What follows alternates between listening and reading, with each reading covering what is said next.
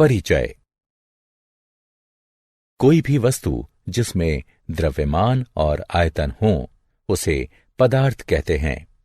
पदार्थ को इस प्रकार भी परिभाषित किया जाता है कि जिस भी वस्तु में जड़त्व हो उसे पदार्थ कहते हैं।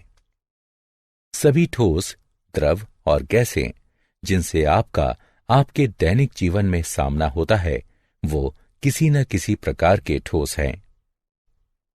आप जीव विज्ञान में सजीवों के वर्गीकरण से परिचित ही हैं।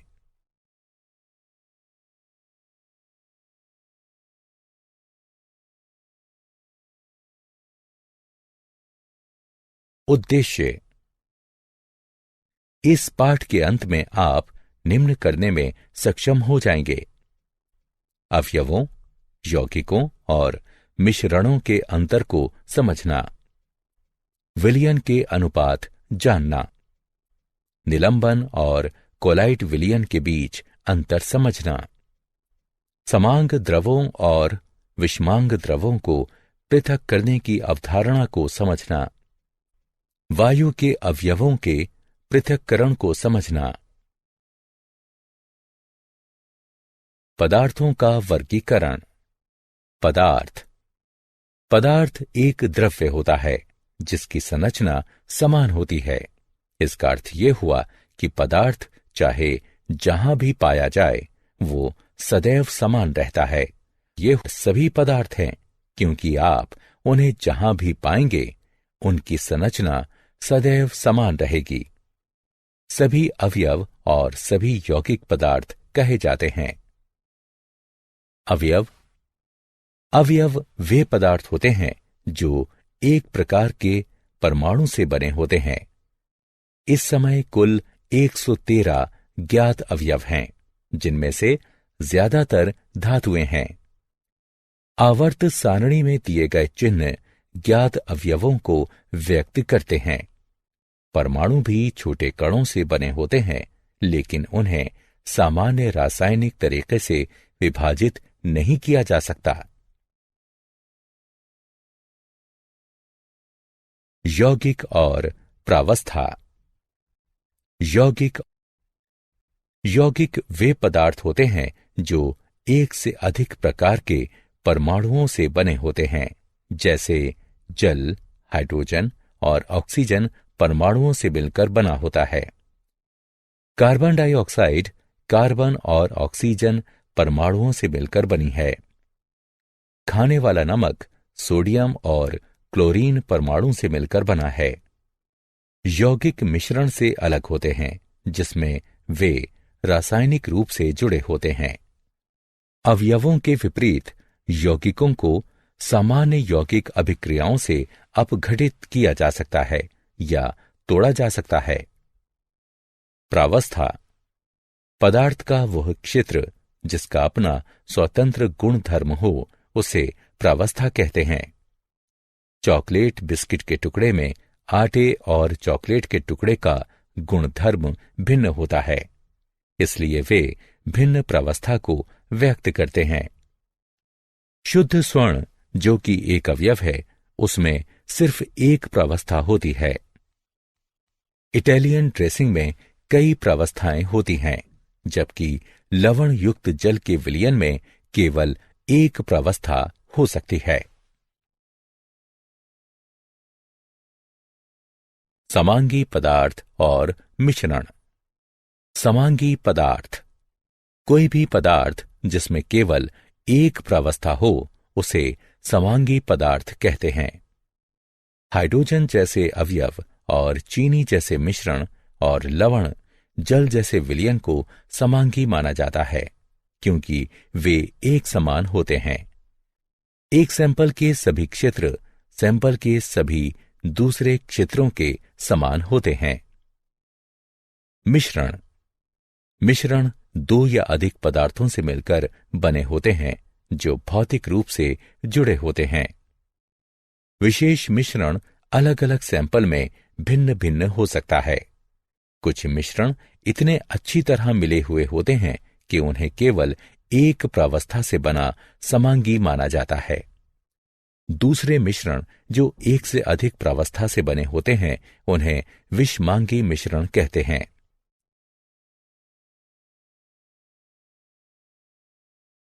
विलयन। विलयन विशेष प्रकार के समांगी पदार्थ होते हैं क्योंकि वे यौगिक से भिन्न होते हैं। विलयन के भाग भौतिक रूप से जुड़े होते हैं, न कि रासायनिक रूप से। जब आप एक गिलास लवण जल डालते हैं तो लवण जल के साथ रासायनिक अभिक्रिया नहीं करता। दोनों भाग आपस में इतनी अच्छी तरह मिल जाते हैं कि प्राप्त विलयन को एक समान कहा जाता है। आइस टी, कॉफी, मिश्र धातु और जो हवा हम श्वास के रूप में लेते हैं सभी विलयन का उदाहरण हैं। विलयन दो भागों से मिलकर बनते हैं, विलय जो घुलते हैं और विलायक जो घुलाते हैं। लवण जल में नमक विलय है और जल विलायक है।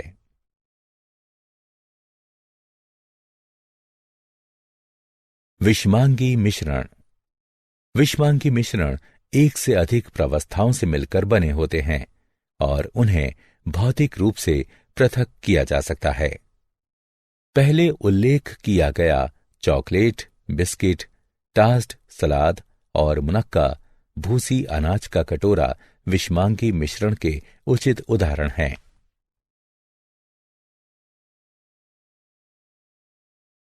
अवयव। अवयव एक साधारण पदार्थ होता है जिसे सामान्य रासायनिक तरीकों से और ज्यादा विभाजित नहीं किया जा सकता। कार्बन, हाइड्रोजन, आयरन इत्यादि अवयव के कुछ उदाहरण हैं। मनुष्य को ज्ञात अवयवों की संख्या 109 है। यूरेनियम सबसे भारी अवयव है और हाइड्रोजन सबसे हल्का अवयव है।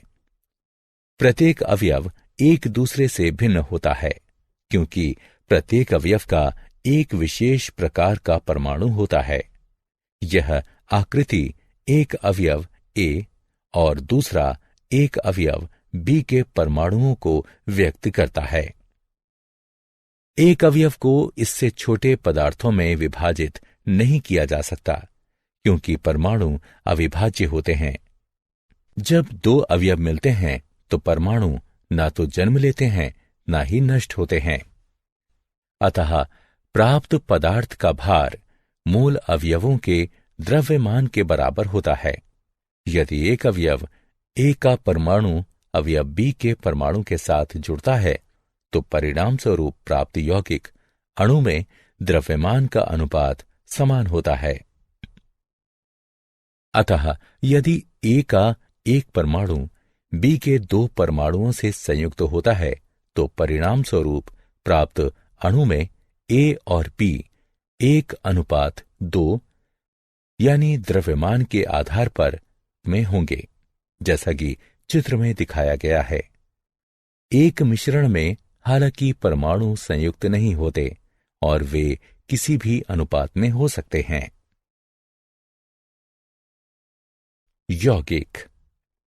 यौगिक शुद्ध पदार्थ होते हैं जो दो या अधिक अवयवों के एक निश्चित अनुपात में मिलने से बनते हैं।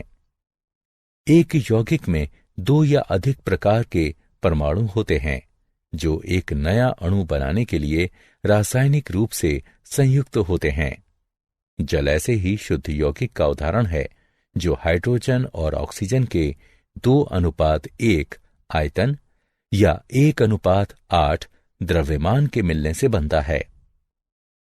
हाइड्रोजन और ऑक्सीजन गैस के रूप में उपस्थित अवयव के अणु हैं, लेकिन विशेष स्थिति में हाइड्रोजन के 2 परमाणु को ऑक्सीजन के 1 परमाणु से संयुक्त किया जाए तो जल के अणु का निर्माण होता है।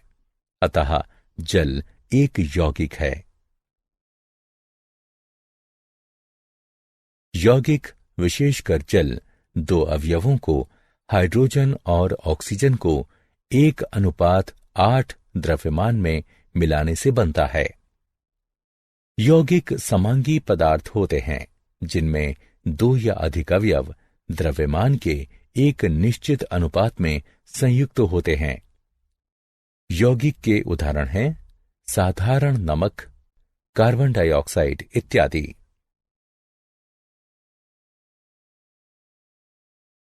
अवयव और यौगिक में विभेद। मिश्रण। जब दो या अधिक अवयव या यौगिक एक साथ मिलाए जाते हैं तो वे अपना निजी गुणधर्म छोड़े बगैर आपस में घुल जाते हैं। इन्हें मिश्रण कहा जाता है। मिश्रण को ऐसे पदार्थ के रूप में परिभाषित किया जा सकता है जो दो या अधिक पदार्थों की भिन्न मात्राओं से मिलकर बने होते हैं। वायु कई गैसों का मिश्रण है। इसमें ऑक्सीजन, नाइट्रोजन जैसे अवयव तथा CO2 और जल वाष्प जैसे यौगिक होते हैं। गतिविधि। एक बर्तन में आयरन और सल्फर का मिश्रण लिया गया है। इस मिश्रण के समीप एक चुंबक लाया जाता है। मिश्रण के साथ क्या होगा? केवल आयरन का बुरादा चुंबक की तरफ आकर्षित होगा। मिश्रण में कार्बन डाइसल्फाइड मिलाइए। आपने क्या देखा? सल्फर के कण घुल जाते हैं, जबकि आयरन का बुरादा अप्रभावित रहता है। इस गतिविधि से आप क्या समझते हैं? हम समझ सकते हैं कि मिश्रण के मूल संघटक अपना स्वतंत्र गुण धर्म बनाए रखते हैं। यहां आयरन चुंबक के प्रति आकर्षित होने का अपना गुण बरकरार रखता है और सल्फर कार्बन डाइऑक्साइड में घुलने की अपनी प्रकृति बरकरार रखता है। मिश्रण को समांगी या विषमांगी के रूप में वर्गीकृत किया जाता है। विलयन व्यावहारिक तौर पर समांगी मिश्रण होते हैं। समांगी और विषमांगी मिश्रण। एक विषमांगी मिश्रण सामान्यतः नंगी आंखों के प्रत्यक्ष होता है। यह दो भिन्न प्रकार के पदार्थों लवण और काली मिर्च, तेल और सिरका इत्यादि का मिश्रण होता है, जो कि भिन्न भौतिक अवस्थाओं द्रव और गैस अवस्था में हो सकते हैं या नहीं भी हो सकते हैं। समांगी मिश्रण नंगी आंखों से देखने पर एक ही पदार्थ दिखाई देता है। इसका अर्थ है कि केवल एक भौतिक अवस्था यानी केवल ठोस या केवल द्रव इत्यादि प्रत्यक्ष होती है और दो या अधिक पदार्थ इस प्रकार मिलाए जाते हैं कि नंगी आंखों से अलग अलग पदार्थों को पहचानना असंभव होता है। इसका एक उदाहरण है कृत्रिम मक्खन। आमतौर पर कृत्रिम मक्खन 3 तरह के पदार्थों से बना होता है। हालांकि तीनों पदार्थ मिलकर एक ऐसा पदार्थ बनाते हैं जो एक पदार्थ दिखता है।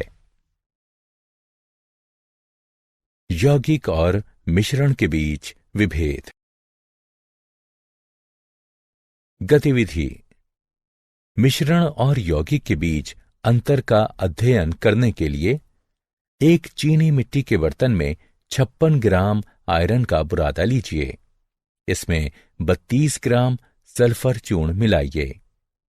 इन्हें अच्छी तरह से मिलाइए। एक दूसरे चीनी मिट्टी के बर्तन में 56 ग्राम आयरन और 32 ग्राम सल्फर चूर्ण लीजिए। इस बर्तन को उच्च तापमान तक गर्म कीजिए। अब आपने क्या देखा? अब एक चुंबक लीजिए। इसे दोनों बर्तनों के ऊपर से ले जाइए। अपने प्रेक्षण को दर्ज कीजिए। जब आयरन का बुरादा और सल्फर चूर्ण को चीनी मिट्टी के बर्तन में लिया जाता है तो वे एक मिश्रण बनाते हैं। आयरन और सल्फर परस्पर मिलते नहीं हैं। आयरन और सल्फर दोनों अपना स्वतंत्र गुण धर्म बनाए रखते हैं। जब हम मिश्रण के समीप एक चुंबक लाते हैं तो आयरन का बुरादा चुंबक के प्रति आकर्षित होता है।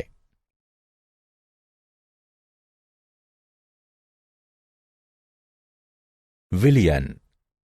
दो या अधिक पदार्थों का मिश्रण एक विलयन, एक निलंबन या कोलाइड हो सकता है। जब शुद्ध पदार्थ आणविक परमाणुओं या आयन आकार के होते हैं, तो पदार्थ की अवस्था को आणविक प्राकीर्णन की अवस्था कहा जाता है। एक विलयन दो या अधिक पदार्थों का समांगी आणविक प्राकीर्णन होता है। इसे इस रूप में भी व्यक्त किया जा सकता है कि विलयन दो या अधिक पदार्थों का एक समांगी मिश्रण होता है। समांगी का अर्थ है कि सभी जगह एक समान, अतः वो विलयन जो समांगी मिश्रण हो, उसका संगठन हर जगह समान होगा। शक्कर का विलयन स्पष्टता तरल होता है और हम शक्कर के टुकड़ों को जल के अणुओं से सूक्ष्मदर्शी से भी अलग नहीं कर सकते। विलयन के कुछ उदाहरण हैं लवण युक्त जल, शक्कर का विलयन, कॉपर सल्फेट और एसिटिक अम्ल का जल में विलयन यानी सिरका। वह तरल जिसमें पदार्थ घुलते हैं उन्हें विलायक कहते हैं। वह पदार्थ जो विलायक में घुलकर विलयन बनाते हैं उन्हें विलय कहते हैं। शक्कर के विलयन में शक्कर विलय है, जल विलायक है। सामान्यतः किसी भी विलयन में विलय की मात्रा विलायक की मात्रा से कम होती है।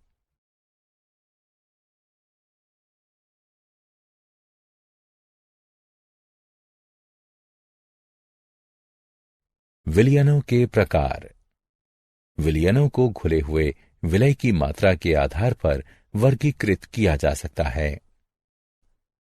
असंतृप्त विलयन वह विलयन है जिसमें विलयन का तापमान बढ़ाए बिना और विलय मिलाया जा सकता है।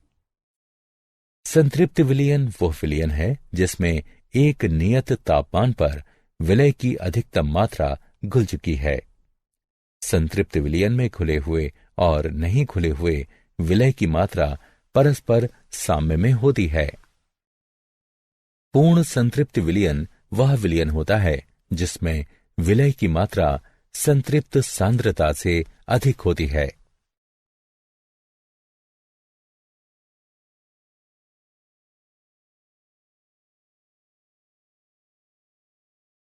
विलयन का गुण। एक सच्चा विलयन समांगी मिश्रण होता है। विलयन के घटक छनन जैसी विधियों से आसानी से पृथक किए जा सकते हैं।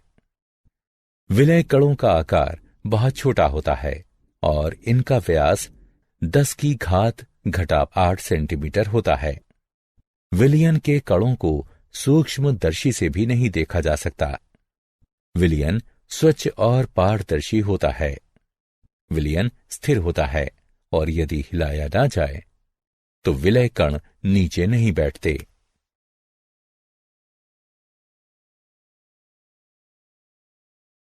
निलंबन। कुछ पदार्थ द्रव में नहीं घुलते।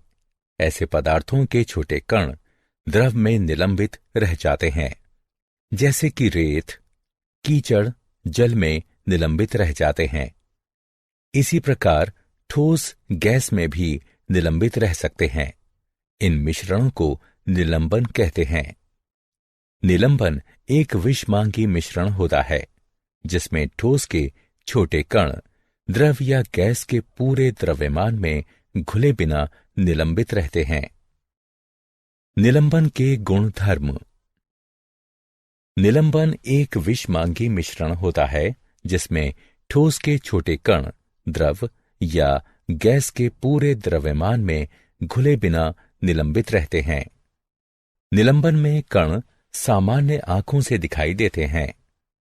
कणों का व्यास 10⁻5 सेंटीमीटर होता है।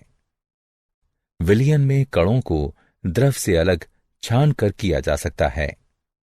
स्थिर रखने पर निलंबन के कण नीचे बैठ जाते हैं।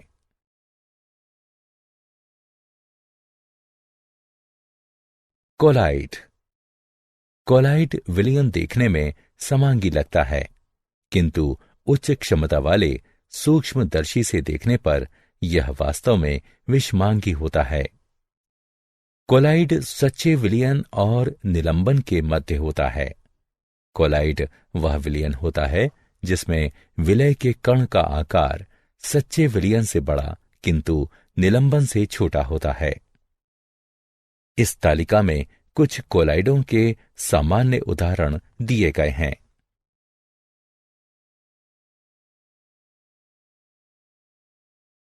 टिंडल प्रभाव। कोलाइड अपने से गुजरने वाले प्रकाश को फैला देता है। इसका अर्थ है कि कोलाइड से होकर गुजरने वाली प्रकाश की किरण दिखती है। यदि अंधेरे कमरे में रखे कोलाइड से प्रकाश की किरण गुजरे तो प्रकाश का पथ कोलाइड कणों द्वारा प्रकाश के फैलाव के कारण देखा जा सकता है। इसी प्रकार का प्रभाव तब भी देखा जा सकता है जब प्रकाश की किरण धूल भरे वायु से होकर गुजरती है। कोलाइड कणों द्वारा प्रकाश के फैलाए जाने की परिघटना को टिंडल प्रभाव कहते हैं। यह प्रभाव सच्चे विलयनों में नहीं दिखाई देता। द्रवों में टिंडल प्रभाव लेजर पॉइंटर की सहायता से आसानी से देखा जा सकता है। यदि आप दूध को इतना पतला करें कि यह लगभग पारदर्शी हो जाए या आपके पास किसी प्रकार का विलयन हो जैसे कि कोलाइडल सिल्वर, तो लेजर की किरण द्रव से गुजरते हुए आसानी से देखी जा सकती है। मिश्रण और दो अमिश्रणीय द्रवों का पृथक्करण। एक मिश्रण के घटकों को पृथक करना। विस्मांगी मिश्रण को सामान्य भौतिक विधि जैसे हाथ से चुनकर, छानकर इत्यादि से पृथक किया जा सकता है, लेकिन मिश्रण के घटकों को अलग करने के लिए विशेष विधियों की आवश्यकता होती है। दो अमिश्रणीय द्रवों का पृथक्करण। दो अमिश्रणीय द्रवों का पृथक्करण कीप द्वारा किया जा सकता है। गतिविधि। एक पृथक्करण कीप लीजिए और इसमें डाइएथिल ईथर लीजिए। इसे कुछ देर स्थिर छोड़ दीजिए। डाइएथिल ईथर और जल की परत पृथक हो जाती है। कीप के नीचे एक फ्लास्क रखिए और ऊपर से स्टॉपर हटाकर स्टॉप कॉर्क को खोल दीजिए। जल की निचली परत को बाहर निकाल दीजिए। जब डाइएथिल ईथर स्टॉप कॉर्क के पास पहुंचे तो पृथक्करण कीप के स्टॉप कॉर्क को बंद कर दीजिए।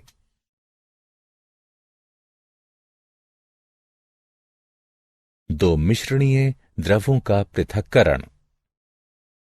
दो मिश्रणीय द्रवों का आसवन विधि से पृथक्करण। गतिविधि। एक आसवन फ्लास्क में एसीटोन और जल लीजिए। एक छिद्र में थर्मामीटर डालिए। फ्लास्क के बगल की नलिका को लाइबिक के दोहरी दीवार वाले संघनक से जोड़िए। गैस बर्नर की सहायता से द्रव को गर्म कीजिए। एसीटोन वाष्पीकृत होता है। वाष्पन से प्राप्त वाष्प संघनक के बगल के भाग में एकत्रित होता है। संघनक में बहता हुआ शीतल जल एसीटोन को द्रव के रूप में संघनित कर देता है, जो कि गृहीता में एकत्रित होता है। फ्लास्क में जल शेष रह जाता है।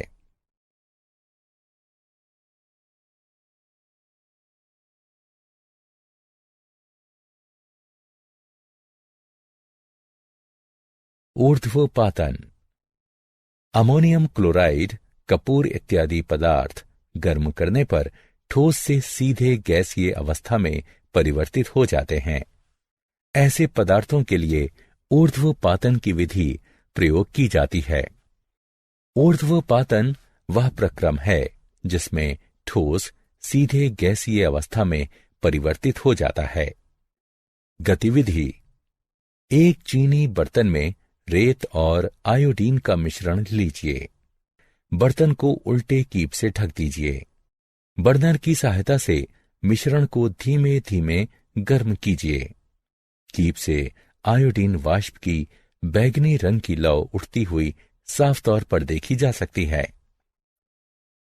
आयोडीन वाष्प कीप में संघनित होकर ठोस रूप में एकत्रित होता है।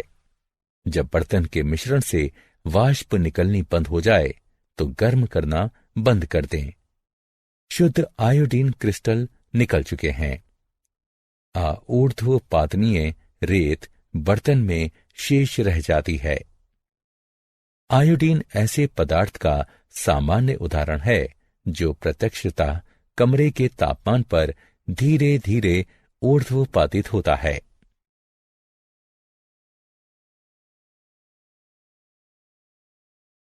क्रिस्टलीकरण। किसी पदार्थ के गर्म विलयन को ठंडा करने पर वह उसी पदार्थ का शुद्ध क्रिस्टल प्रदान करता है। गतिविधि। बीकर में 100 ml पानी लीजिए। तनु सल्फरिक अम्ल की कुछ बूंदें डालकर विलयन को अम्लीकृत कीजिए। पानी को गर्म कीजिए। जब यह उबलना शुरू कर दे तो इसमें कॉपर सल्फेट चूर्ण को धीरे धीरे तब तक मिलाइए जब तक कि संतृप्त विलयन न प्राप्त हो जाए। विलयन को छान लीजिए। इसे ठंडा होने दीजिए।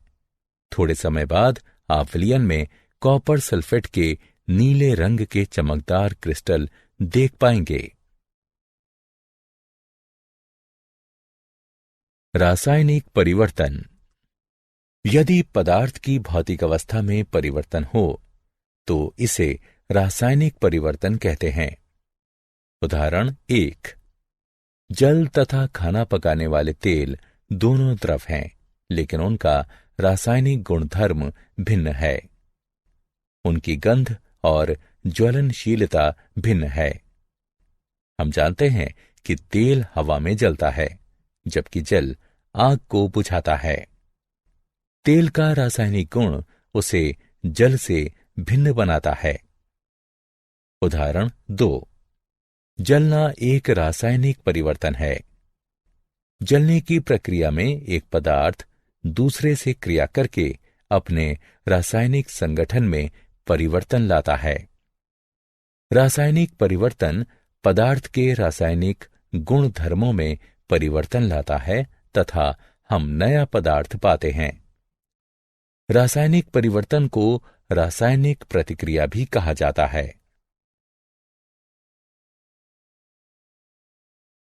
सारांश। आइए हमने जो कुछ सीखा है उसे संक्षेप में दोहराएं। पदार्थ को मुख्यतः अवयव, यौगिक और मिश्रण के रूप में वर्गीकृत किया जाता है। अवयव वे पदार्थ हैं जो केवल एक तरह के परमाणु से बने होते हैं। यौगिक वे पदार्थ हैं जो एक से अधिक प्रकार के परमाणुओं से बने होते हैं। मिश्रण दो या अधिक प्रकार के पदार्थों के भौतिक रूप से मिलने से बनते हैं। एक विलयन दो या अधिक पदार्थों का समांगी आणविक फैलाव होता है। वह द्रव जिसमें पदार्थ घुलता है उसे विलायक कहते हैं। वह पदार्थ जो विलायक में घुलता है उसे विलय कहते हैं।